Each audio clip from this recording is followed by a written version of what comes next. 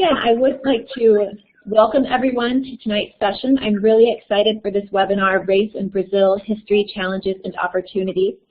I'd like to thank everyone here for joining us. I know that it's a very busy time of year, and we really appreciate you taking time out of your busy schedules to meet with us here tonight.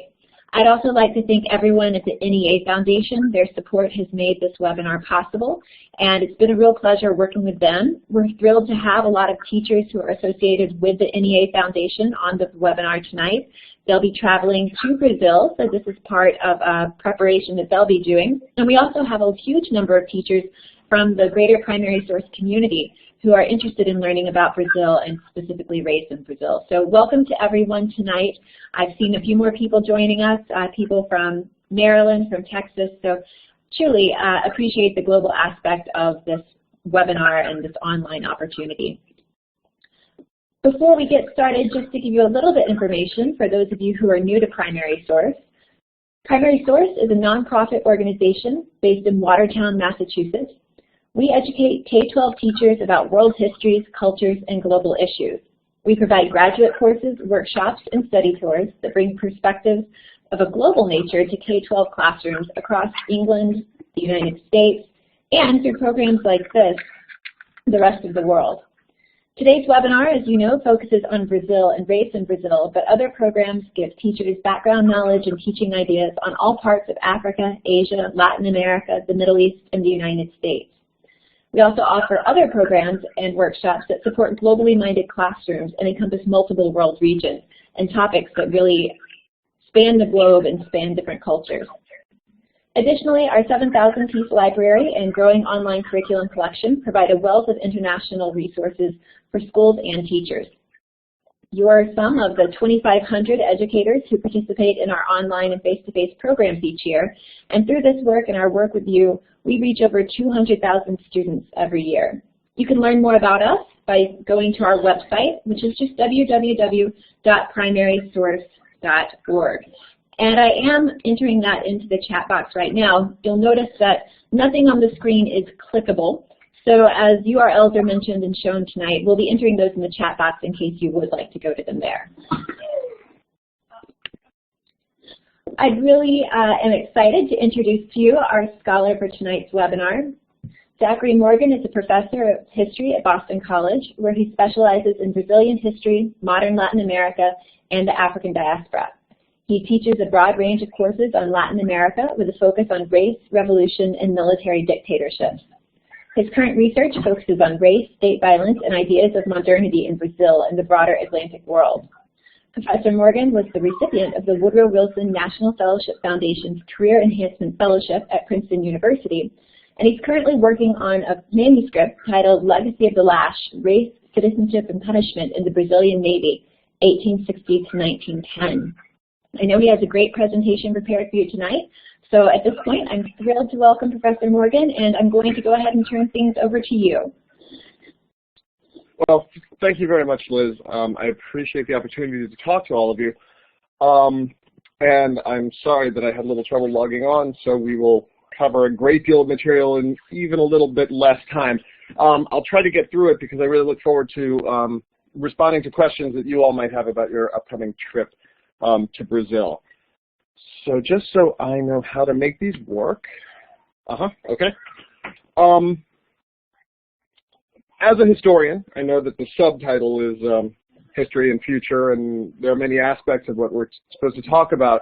I am going to talk mostly about the history of Brazil and try to give us some sense of why Brazil looks like it does today, especially in terms of race in the 21st century, how we get where we do. So just so we understand sort of the time frame from which I'm working, these are the way that a lot of, a modern Latin America course might break down their understanding of Brazil. I've selected these specific time frames and dropped out a couple, the period of empire, understanding of the monarchy, and focused on areas in which I think we get a better understanding of Brazil and the way that it interacts with race, all right? And I know that as teachers, some of this might be review for many of you, but bear with me, and hopefully there'll be something interesting for everyone. And again, I'll come back to this timeline at some point, but essentially, Brazil is a country which experienced an active slave trade for nearly 4 centuries. And in many ways, slavery entirely defines not only the colonial Brazilian economy, but slavery defines a great deal about Brazil. If you look at this overview of the slave trade that I just put up on the screen, what we get a sense of, I hope, and I hope that's legible to you, it basically says that depending on the numbers you follow, of the 9 to 10 million enslaved Africans who survived the Atlantic slave trade into the Americas, you know, something along the lines of 450,000 make it to the United States. Somewhere north of 4 million wind up in Brazil. And like in the U.S., slavery defines nearly a century of the post-independent period. Brazil wins its independence in 1821, and slavery goes on until 1888.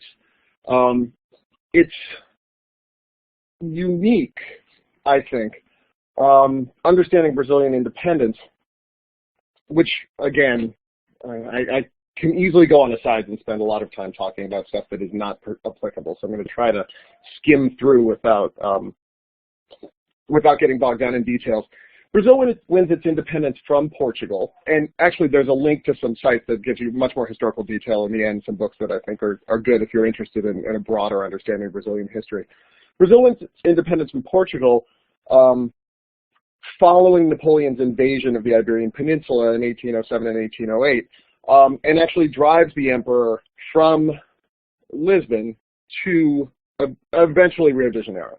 And the monarch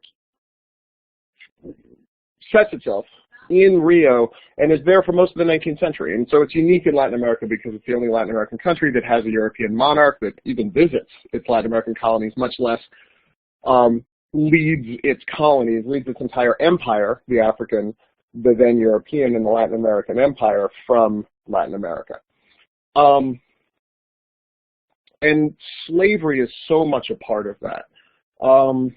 But the one place that we don't see slavery really paying attention, applying to Brazilian history, is in its independence. The same way that slaves were armed and participated in the wars of independence in the United States at some level, in almost every Latin American country, Mexico, Uruguay, Colombia, Venezuela, through San Martin and Bolivar, the arming of slaves in order to win independence was central to our understanding of modern Latin American history. And Brazil didn't do that.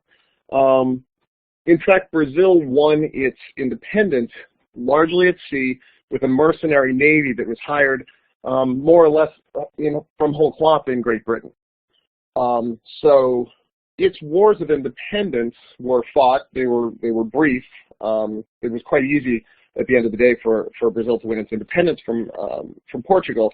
But they didn't have to arm slaves. They didn't have to promise slaves anything in order to fight for them. So slavery actually goes through with very little change right through the period of independence in 1821. And I'll talk a little bit about abolition as we go through.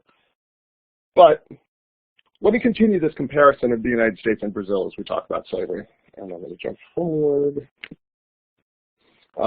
This is one of a great number of great collections that David Eltis and David Richardson put together in their book, The Atlas of the Transatlantic Slave Trade. And I don't expect you to be able to see all of these various arrows. What I'd like you to focus on, now, Liz, do I have a pointer? You can't see my mouse. We can't see your mouse. If you'd like to point something out on the screen, though, you can. Right, you can see that, right? Okay, so my terribly sloppy writing, my apologies.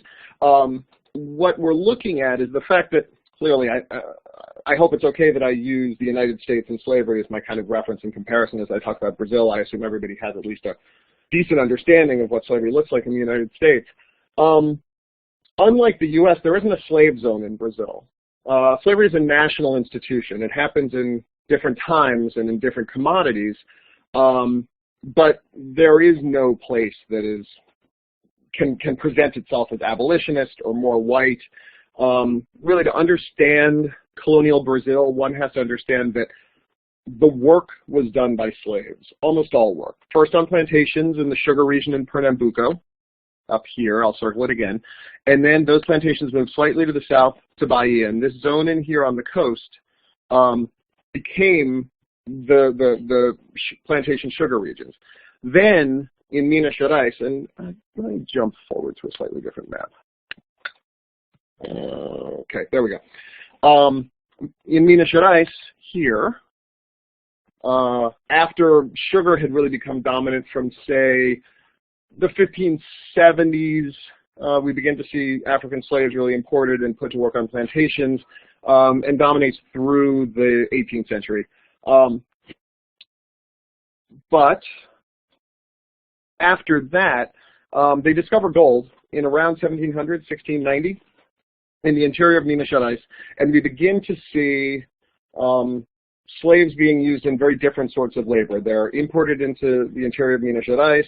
The sort of labor that's done for slave owners is very different. Plantations were very rigorous and militarized and structured. People had no access to cash. Men and women worked almost, sun up to sundown. They were housed on plantations. There was no cash. There was no kind of independence. It was very hard to get free from the plantation region up here in the Northeast. When I talk about the Northeast, I'm kind of up in here. But the interesting thing about gold mining is that, of course, people are suddenly, they have access to cash. There is not the sort of plantation infrastructure in which to house and feed slaves. So with the transition in labor, you also get a transition in the ability to purchase one's freedom, the ability to purchase commodities, steal gold. We see slave churches in the interior of Minas Gerais that are quite opulent and quite wealthy. And we begin to see the growth of a free black population in the period from, and let me go back to this here, right? So we have sugar, 1630 to 1650, the really dominance of Brazilian sugar. They continue to make sugar throughout their history. Then gold and diamonds from 1690 to 1750. And that kind of marks this physical move to the south. And eventually, the next wave of profit that is really driven by enslaved labor are the coffee plantations in the south, which are sort of like the plantations in the north, but they're less rigorous and violent. Slaves live longer. They have kind of longer working lives for various reasons. Now, the other difference, and this is true in almost everywhere in Latin America, that we see in Latin America and we don't see in Brazil, that we don't see in the United States, is that urban slavery is such an important part of our understanding of Latin America. And so I will skip forward again to that image. It's a picture of Rio de Janeiro in the late early 1800s. And I think what you should see from this, to the screen left, you see some civilized European, Portuguese people standing out there. And of course, there's a woman being carried. Actually, I assume a woman because you can see the bottom of a dress, but hard to know for sure. Being carried by carriers. There are slaves carrying probably liquor. There's what looks to be a soldier, maybe a police officer, and there's a presence of enslaved Africans in the cities, and for that matter, free blacks that you wouldn't see in the United States. There is some urban slavery, but the kind of the commitment to urban slavery, all work is done by slaves. And again, this sort of work that really grows, that really explodes in Rio de Janeiro, in Sao Paulo, in the interior of Minas Gerais, allows for blacks to gain access to money, to purchase their own freedom in many cases. You've got this growing free black population, and there are also runaway slaves. There are runaway slave communities in the interior. But the real difference between Brazil and the United States is throughout its history with slavery, there's an increasing freed black population. And one interesting thing is that a great many slaves, once they buy their own freedom, in order to participate in the kind of modern economy, they go on to purchase slaves themselves. There's a great book that I meant to put on my slide of sources that I forgot to, called Dieter's World by Zephyr Frank, that looks at Rio de Janeiro in the early 19th century and looks at one family, one African family who get to Rio, how long it takes for him to purchase his own freedom based on wills and testimonies, and then looks at the way that he amasses wealth, first by buying slaves. He has a band. They also work as barbers. He eventually winds up buying homes, which he leases out, and he actually comes quite close to what one might call, if one used the term middle class in the 19th century, middle class stature. Now, he doesn't then get to enjoy the privileges of white society, but it is kind of surprising how much social mobility there is, and you might not see these forms to any extent in the United States.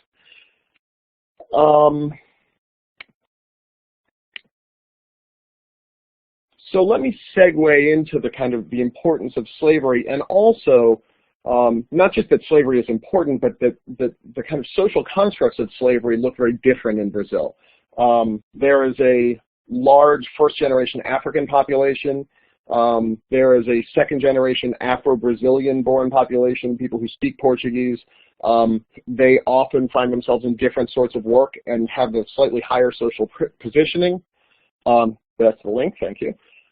There is a free black population, which is also, we can kind of look at in a hierarchy and say, oh, there are more privileges, they have more access, and that there's a real kind of division, a sort of tiered hierarchy, which the Portuguese very much put into place because it protected them from slave insurrection. There were true divisions between the benefits that a Portuguese-speaking Brazilian-born slave had that an African-born slave didn't. And literally in 1830 in Salvador, when a revolt nearly breaks out, a very well-organized revolt amongst Muslim slaves from Angola who were literate because they were Muslim and they had to learn to read the Quran, they planned a slave uprising, but they only included Muslim slaves in it, and it was only betrayed by Brazilian-born slaves who felt themselves alienated from it. So you actually see how this kind of division amongst people works for the European population. Now, abolition is an interesting case in Brazil because it is not largely motivated by an interior ideology. There are people involved in the Enlightenment. There are people who went to Europe and were radicalized by liberal ideals, but on the whole, they did very little.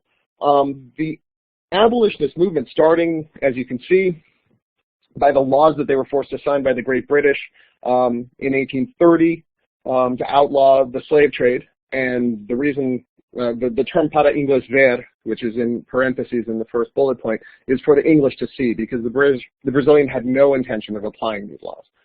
They signed the laws simply so the British would leave them alone, but over the coming decades, the British put more and more pressure on until they're finally stopping ships and threatening to return slaves to Africa. When Brazil finally ends the trade, the interesting thing about the period of abolition in Brazil is that coffee had just taken hold, and coffee would drive the Brazilian economy from the 1820s through the 20th century, through the Great Depression. And they were so terrified of the coffee plantations that they were importing slaves at higher rates in the 1830s and 1840s than they ever had throughout the entire history of the Brazilian slave trade. And at the moment in which the trade stopped in 1850, the majority of slaves in Brazil were African-born. So maybe we can come back and talk about it a little bit later. The kind of culture that was retained in Brazil, when we look at black movements, brotherhoods, religion, music, these are the things that are often struggled for by Brazilian slaves, where in the United States, where the population was replicating itself as early as 1750, these were African Americans. These were people who generally spoke English as a first language. African culture was sort of a more distant memory, While in Brazil, these were Africans who were born in Africa, still had their language, still had their culture, and oftentimes that became the thing they struggled for. And there were far more slaves who went back to Africa from Brazil after freedom. Again, to make sure not to run completely out of time, these other bits of legislation were passed. The law of the free womb meant that slaves born to slave mothers after 1871 would eventually be freed, though they were expected to work until they achieved the majority. The Saraiva Canjipe law in 1884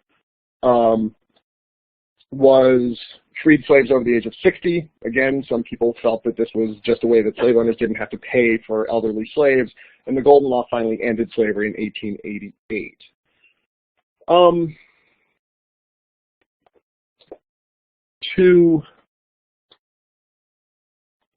The interesting thing, actually, I'm going to leave this on the abolition slide for just a second. The interesting thing is that slavery is abolished in 1888. The empire collapses in 1889 due to a military coup and Republicans who are pushing for an independent state that's not run by a monarch. Many people will say that the monarchy falls a year later because abolition collapses.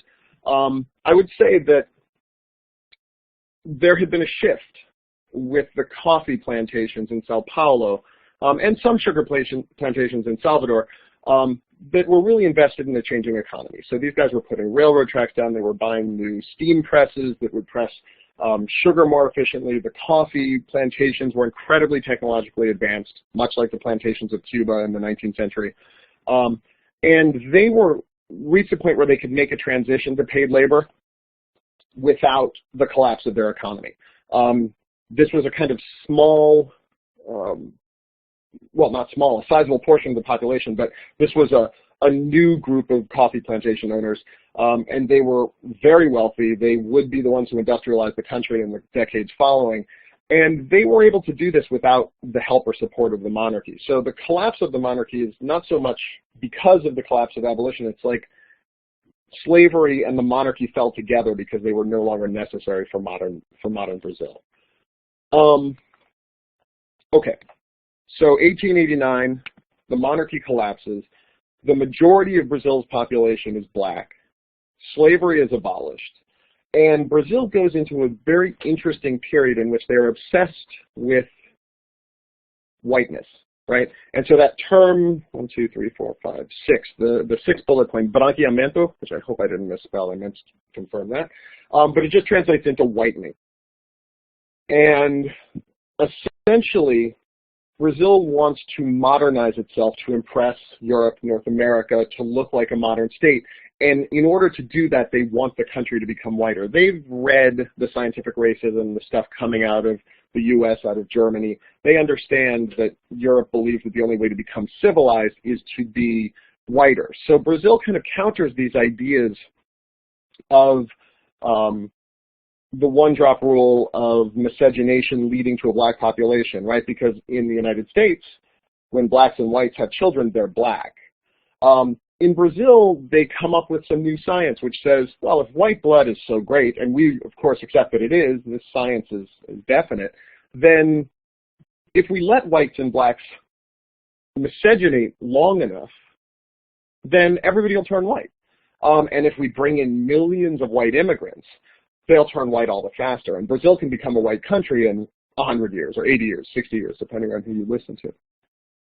So what we see is a country that is holding out jobs as it begins to, if not industrialize, modernize. They modernize their cities. They're building great theaters and libraries, and much of the kind of construction of Rio takes place in this period of the First Republic. They are withholding jobs for white immigrants. They are acting very preferentially, even though they don't legally segregate, even though they don't pass laws that are that look like Jim Crow.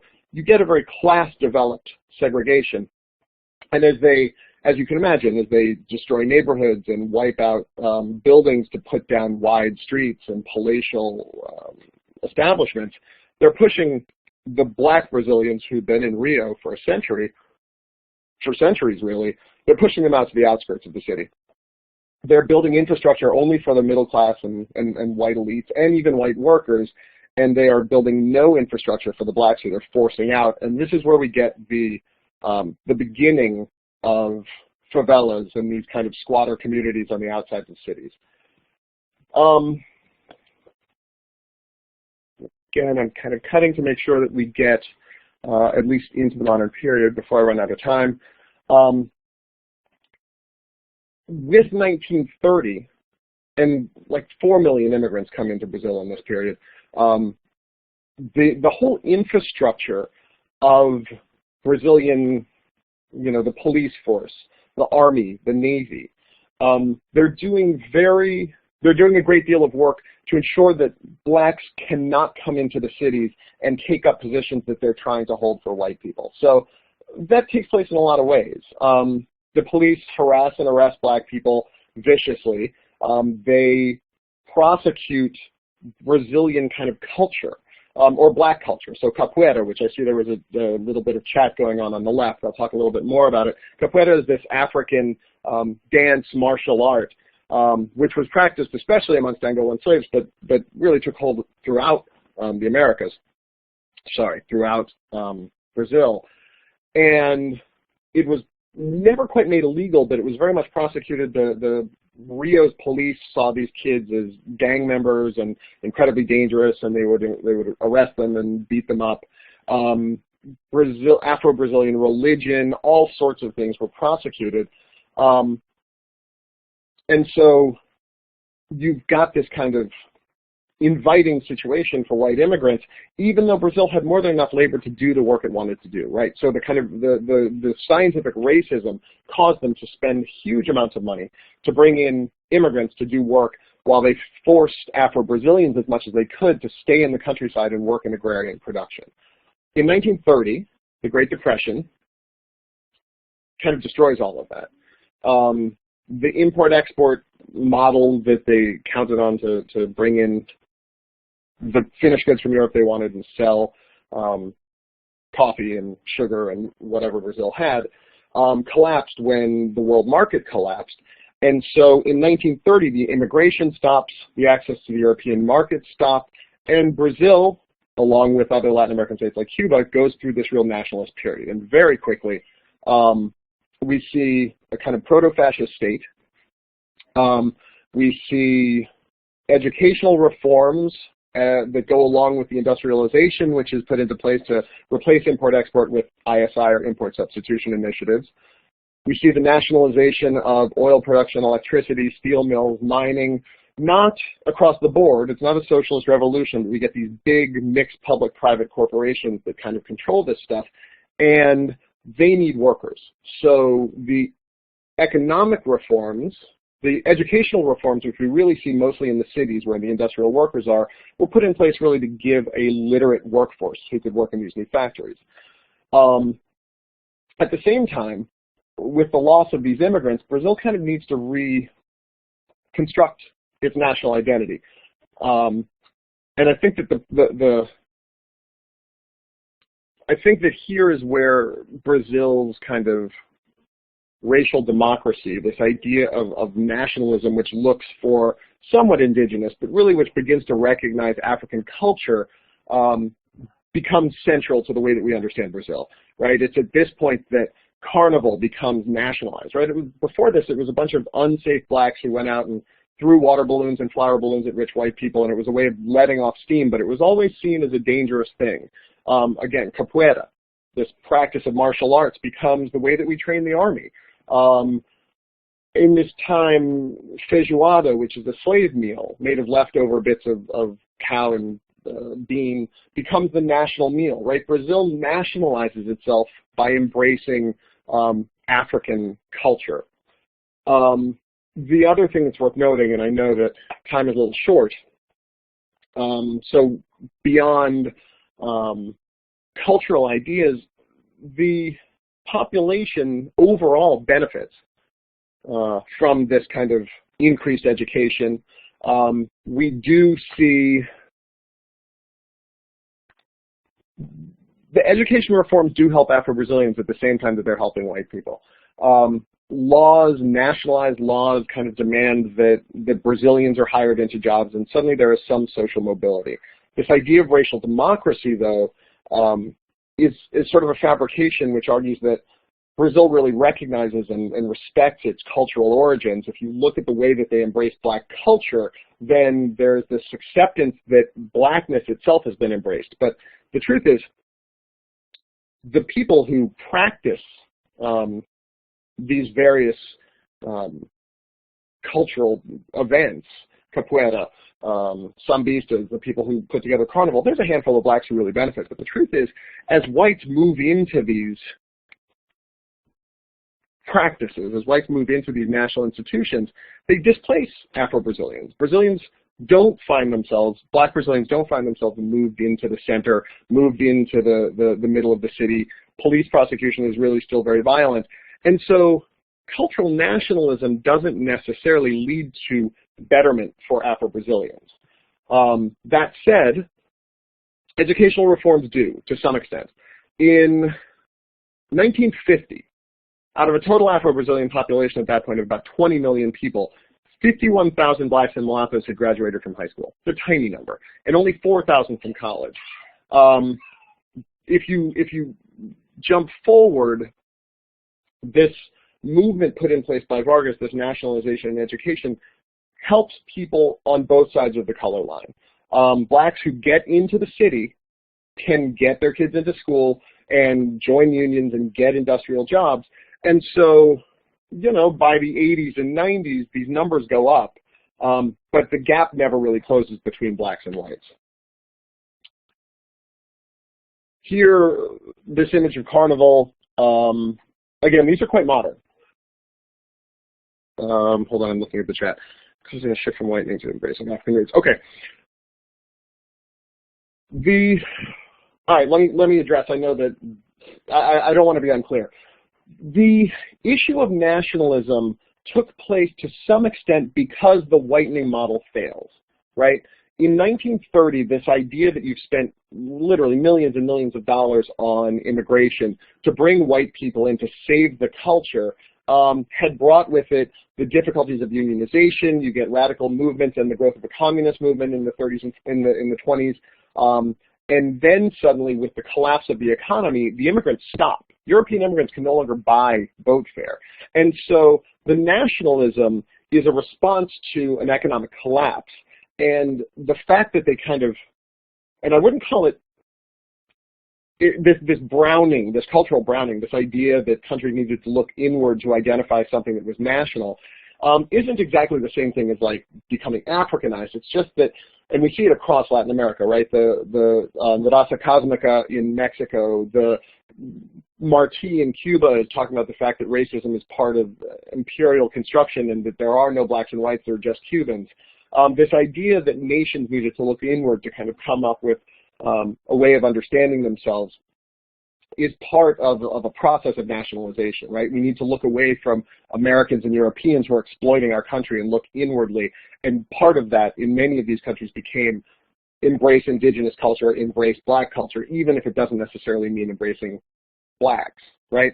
So here we've got a modern image of carnival in which on the bottom one, that is a kind of a celebration of slavery. And generally you wouldn't see that many Black faces on a carnival float, but here we've got an embracing of Black culture as millions of people go out and spend enormous amounts of money to dance the night away.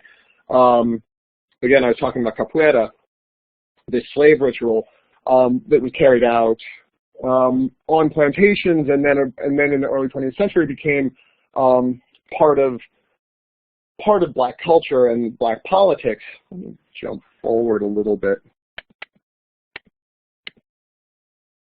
When we get to carnival, however, by taking the Black people out of it, it becomes this enormously kind of commercialized event that involves hundreds of thousands of people.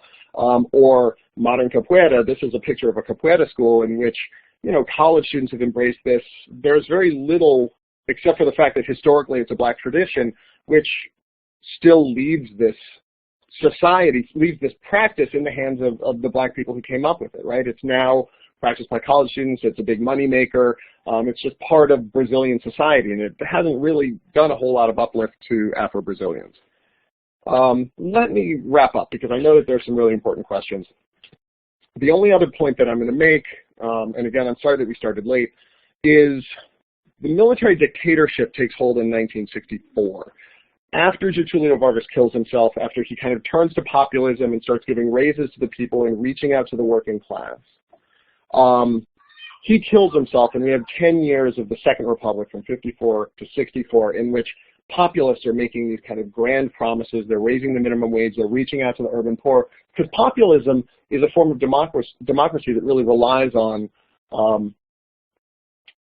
bringing more people into the vote. So, you know, you bring workers in and they vote for you like Perón did, or Vargas reaches out to the poor, and by poor, it's generally assumed that he meant black, even though he doesn't talk much about race, or he grants the vote to women, and suddenly he's swept into power. So after his dictator falls, he comes back and runs as a populist, and his reaching out to the workers and to the poor brings him back into power, and he rewards the workers with raises, minimum wage, all sorts of things. There's 10 years of leadership that kind of follows this model, the populists and the building of the capital, the bringing in of the auto industrialization under Kubitschek, the building of the new capital of Brasilia in the middle of the country. These are all kind of heroic and populist things. And so the military finally steps in 64, and they're very repressive. They repress populism, they repress democracy, they outlaw political parties. The torture and disappearance of Brazilian citizens reaches a peak, 68 to 70. At the same time, the economic miracle leads to, 8 years of 10% annual growth in the country. The interesting thing about this period, because the military doesn't really have a lot to say about race, the shock of the torture and disappearance is that it's happening to middle-class kids, it's happening to college kids, it's happening to white kids. The police have been using these tactics on Afro-Brazilians for criminals and for the poor for generations, and they'll continue to after the military dictatorship. Only about, this is a terrible thing to say, tens of thousands of people are tortured, and probably about 500 people are killed by the military dictatorship. And I'm sorry, I don't have the statistics right in front of me, but I think in 1981, during the military dictatorship, 500 poor black people are shot by the police in Sao Paulo alone. That means that the military dictatorship, which is considered so terrible and violent, is only measured, those 500 deaths of middle-class white people are measured as so terrible by a population that can blindly ignore the fact that hundreds, if not thousands, of poor black kids are being controlled by the police and killed by the police in similar ways, and that's never been political torture. The military takes this growth, they filter it to the wealthy. There are the social networks that were put in place by the populists are ignored, and we see the establishment of favelas, urban slums, that really take hold during the military dictatorship because people want to come in and experience the industrialization, but there is no infrastructure for poor people. When the military dictatorship ends, there's another economic crisis, hyperinflation, poverty. The rich are getting richer, the poor are getting poorer, because after the economic miracle ends, it never, nothing is ever spent on the poor. And in conclusion, after 10 years, 15 years of real economic crisis, we begin to see, with Fernando Henrique Cardoso, who was elected in the 90s, 94, I think, the introduction of social reforms being put into place by these kind of leftist presidents, and they're continued under Lula and the current president Dilma, under the PP. Policies like Bolsa Familia, which pays out a living stipend to people living in poverty, part of Fome Zero, or the process to end hunger. There's a lot of policies put into place to help the poor. And affirmative action is also put into place starting in around the year 2000, which was a great surprise for me, having lived in Brazil in the 1990s. It just never seemed like the sort of thing that would be done. Brazilians saw that as a very American thing, and how would you even say who was black in Brazil? But, to kind of reach some sort of, oh God, what just happened to my computer? There we go. To reach some sort of conclusion, the structures that were put into place under the military dictatorship created a poverty that was really almost impossible to get past.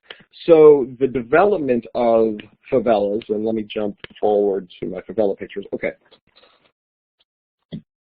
6% of Brazil's population lives in these squatter communities on the outside of cities. They have led to enormous crime rates and very high murder rates.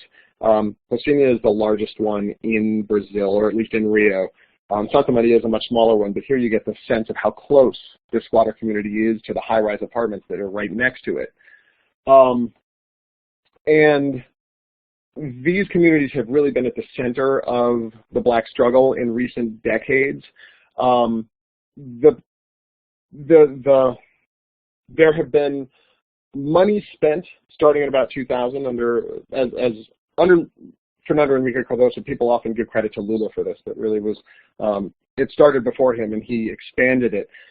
There's been, for the first time in a country that really sees itself as colorblind and thinks that all of the kind of segregation that happens along race is due only to class, there's been an investment in affirmative action, in trying to support students taking what would be like our SATs, the vestibular, in order to try to bring representation up in high schools, colleges, to try to get more black professionals. And there's been some very interesting work done there. But at the end of the day, the fact that these populations live in these huge squatter communities has been the real problem, and it's been very hard for the government to deal with. In the very recent years, since the announcement of, there we go, the World Cup, the Olympics, the police are very much trying to get the problems in the favelas more under control. They're at war against the drug gangs who've had free reign in these regions, and white Brazil has largely allowed that to happen. Upper class Brazil has allowed that to happen. Now, because of the tourists, because of the money that's coming in, they have tried very hard to win back those communities, and so it seems like right now there's a movement towards a working class, a functional working class society. But not all of the favelas are being impacted. They're selecting certain ones.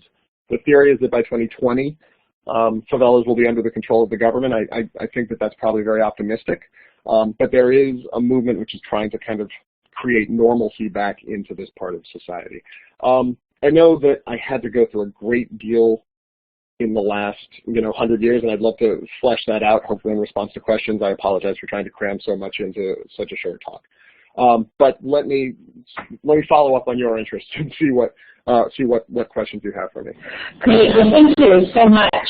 Thank you so much, Zach. As you said, you provided a lot of information. I'm just going to flip through here to get to our question page and share these beautiful images again. You shared a lot of information, and I just want to share with people how they can answer questions. And then if you'd like to go ask questions, and if you'd like to go back to your teaching resources, you certainly can do that, or we can just make those available to teachers. We did have quite a few questions come in, and on the first, we had, just kind of going in order of your presentation, Josh commented on the differences and similarities between slavery in the U.S. and Brazil, and he's wondering if you have any thoughts on why that chattel form of slavery took root more in the United States than in Brazil. Sure. I think that the easiest way to describe it, and there's a great book by God, I'm going to forget his name, The Rise and Fall of the Plantation Complex by Philip. It'll come to me. In any case, the plantation, which we see in the Caribbean, is a very kind of strict and rigid structure, right? So when people look back and say, Brazil, slavery was better there, right? There's more access to freedom, people were better treated. You're really overlooking the fact that the majority of slaves in Brazil were on sugar plantations, and that was the worst sort of work you could ever do. But those were replaced by all of these other aspects of labor, such as mining, urban slavery, service towards families, all of the work in the cities, bartending, prostitution, military, everything was done by slaves. The Portuguese elite didn't like work. I have nearly 100 images, paintings of people being carried around in litters by slaves.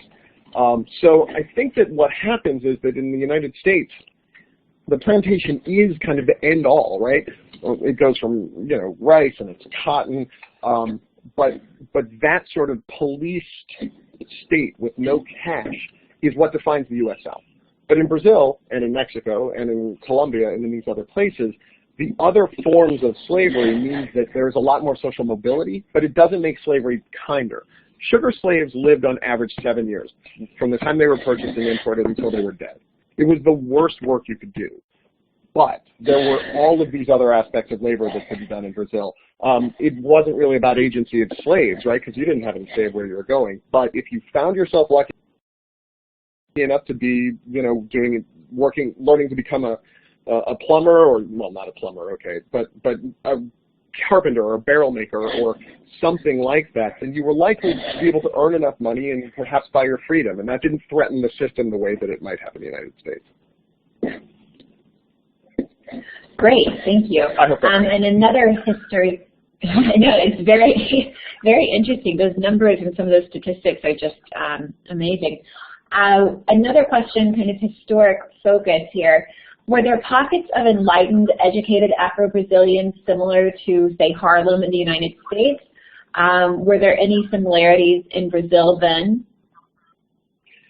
There were individuals, famous authors, doctors. There were, even during slavery, although most of them were free, there was a mobility. It's kind of hard for me to describe this without a blackboard, but in the United States, right, you've got segregation, which promises all white people, no matter how poor, they get very little in this country, right? There's no social network, there's no protection of white people, but what they have is this racist division which says, no matter what you do, black people are worse off than you, right? They can't, in the South, they can't walk on the sidewalk, they can't look you in the eye, they can't sleep with your women. Racism means that as little as white people have, there's a whole subsection of black people who have less. I say that in Brazil, a society which was completely patriarchal, based on the ties between privileged people and, the landless peasants on their property, or the king and the feudal lords beneath him, all these were ties between the powerful and the less powerful, patriarchy. And therefore, if a white slave owner had a black child, which happened all the time in both the United States and in Brazil, more in Brazil probably, and he said, well, he's a good kid, I'm going to send him off to Europe, and he'll be educated, and he comes back and he gets a medical degree, and I'm going to put him into practice in a house.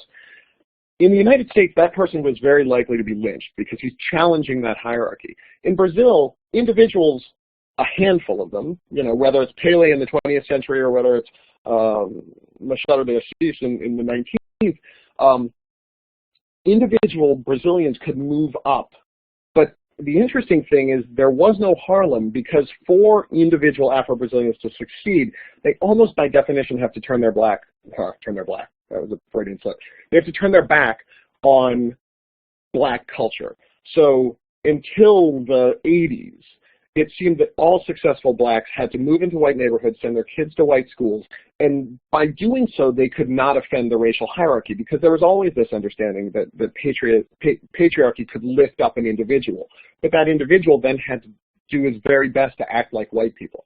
So there wasn't a black middle class, there were no black, United Negro College funds, there were no black businesses. Well, there were black businesses, but they were for very poor people, because the idea that a wealthy black person would try to support or reach out into that community was almost a complete anomaly in society, though now there is this kind of pride of growing up in favelas and a tie to working class roots, which has really kind of turned some of these structures on their heads. But historically, there was room for great social mobility, but very little space for the black people who enjoyed it to fit within a society. Okay? Great, thank you. And we have a lot of questions and a lot of interest in capoeira. And Rona asks if there's a distinction between modern capoeira and the original Afro-Brazilian variety. She wonders, and she thinks she's heard that maybe there are purists who still practice this kind of latter form today. Now, this isn't my field, so I might not know. Whenever people ask me, detailed questions about capoeira, I fear that they're going to know more about it than I do. The history of capoeira has been very poorly recorded. So the kind of the father of modern capoeira, who's this guy, Mestre Bimba, I think, kind of wrote his own history. And that's sort of the accepted history of capoeira. But the truth is, so now, as people kind of go back and say, this is the legitimate one, this is the one that's more African, there are people who've gone back to Africa and found roots and kind of practiced there. But it's such a sort of modern creation with historical roots in slavery, but those were not recorded. There wasn't much of a paper trail. It was a secret practice. It's hard to say with any certainty. There are certainly practitioners who are avoiding this kind of white martial arts college student. You know, you send your kids to capoeira class the same way that you send them to karate class in the United States. So that has been challenged, and there are people who try to embrace this and make it a more exclusive black culture thing. But whether that really speaks to real Africanness or whether that's just kind of part of a cultural blackness that they're trying to create, it's hard for me to answer. There's been some interesting studies of them, but it's kind of outside of my field, so I don't want to try to answer that with too much authority. Can I really quickly address Noel's question? It's in front of my chat, but the question of how do Brazilians go to college? That was going to be my next question, so absolutely. So, the Brazilian schools do an interesting inversion. The public schools in elementary, primary, and secondary education are almost universally terrible. They're underfunded. There wasn't even a real attempt to give universal education until the mid-1980s. Since they have, it's been very difficult, it's been very expensive, and some say that even with the coming of Lula and his attempt to put money into it and to really reach the entire country, by doing so, by opening a lot of new schools, he's diminished the quality of education, they've spread teachers too thin, and it's made things worse. I disagree with that. So you've got bad public schools, especially in the cities, that were really originally put in place just to make literate workers and not prepare people for college. Then you have private schools where the middle class and people work very hard to keep their kids out of public schools. As living in Boston, there are parallels here as well. But the private schools are incredible. There is a system, if you have enough money, the schools in high school and elementary school are awesome. Now, the thing that both of these schools are doing is they're preparing you to take a vestibular, this test, like an SAT, is the only thing that matters getting into public schools. University of Sao Paulo, University of Rio. And these are public schools that only take this until 2000, only took your numerical score into account. There are no letters of recommendation. There's no essay, right? It's just how well do you do on this standardized test. And so the private schools take all of those public slots, and the public schools, which are overwhelmingly black and brown, mixed race, indigenous, have a great deal of trouble getting kids into those public colleges, which are well-funded, very inexpensive. And so then there's this switch where there's a second tier of private colleges, which are not nearly as good, but and are quite expensive, where everybody else has to go if they want to get a college degree and they didn't do well enough on the vestibular. Interestingly, since 2002, there's both been a lot of funding to try to prepare inner city kids to do better on the vestibular, and those numbers have come up. And there is now an affirmative action program which allows public schools to take into account race and trying to create a quota system so that they have more diverse classes, and that has worked quite well. Though there's nothing like parity, right? But I mean, there were universities in largely black cities that are public that had less than 1% diverse minority student bodies. So they started from almost zero. So now some of these schools have gotten up to 15, 20, some even 30% has been a huge breakthrough, but there's nothing like parity. Great. Thank you, Zach. I'm glad that you wanted to answer that question because I wanted to get to it. We did have quite a few other questions, but if it's okay, what we'll do since we're short on time is send those to you via email, and then we'll send those answers to participants. It looks like there might be 4 or 5 that we just didn't have time to get to. Sure. Great. And I do want to thank everyone for joining us today. I just want to share a few things that are coming up at Primary Source before we officially close today. Our summer institutes are just around the corner and registration is open. We have face-to-face and online opportunities. If you're interested in online courses with Primary Source, you can earn PDPs or graduate credits. We have courses on ancient China, modern China, Japanese history and culture, and those are 8-week courses. We also have a Thinking Like a Historian Immigration History Through Primary Sources. That's a 4-week course, and that's great. It's available to everyone and anyone, and it's not part of our regular partnership model. So really, it's a great introduction to online learning. We also have face-to-face courses focused on U.S. history, ancient China, global understanding, and cultural proficiency. So we'd invite you to check out those opportunities. We also have an upcoming Global Perspectives Dinner Series if you're a Boston area resident. 4 different topics that will be tackled between May and November 17th.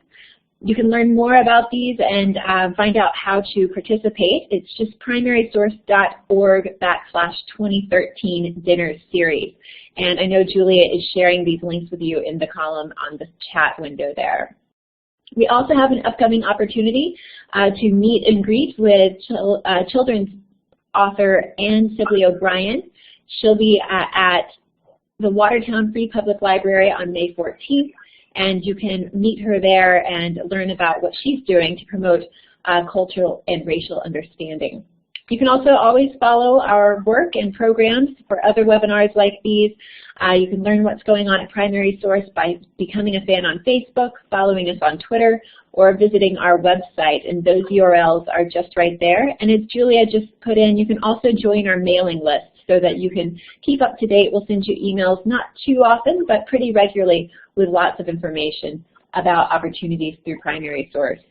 Once again, I want to thank each of you for joining us this evening, and a huge thank you to both Zachary Morgan, our scholar, and to the NEA Foundation for making this opportunity possible for all of us.